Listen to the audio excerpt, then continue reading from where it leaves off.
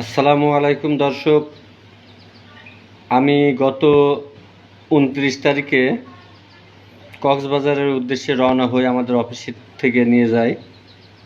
তো সেখানে আমার বাচ্চাকে নিয়ে যাওয়ার মতো কোনো অবস্থা ছিল না, পরিবেশ আসলে অফিস সেটা।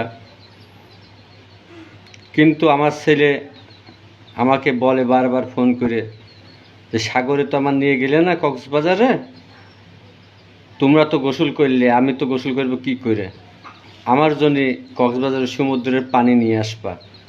তো আমি সেই হোটেল থেকে 2টা ঢম ম্যানেজ করি, সংগ্রহ করে সে সমুদ্র যাই, কক্সবাজারের সমুদ্র সৈকতের থেকে পানি নিয়ে আমার এই ছোটো ছেলের গোসল করার জন্য।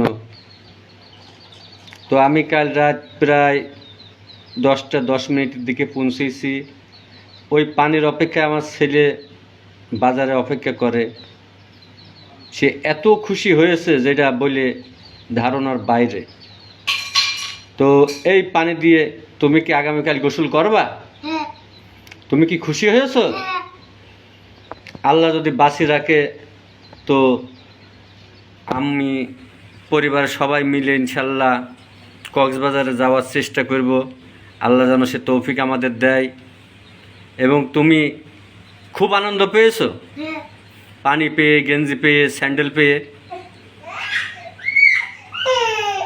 তো তুমি, তোমার মনে তো আর কোনো কষ্ট নেই যাতে পারোনি বলে? তো ঠিক আছে, তুমি অবশ্যই খুশি থাকবা, ভালো হবা, বড় হও ইনশাল্লাহ। আমি তা যদি না পারি, তোমরা নিজে নিজে যেন কক্সবাজার ঘুরে আসতে পারো, আমি পিতা হয়ে সেই দোয়াই করি তোমাদের জন্যে।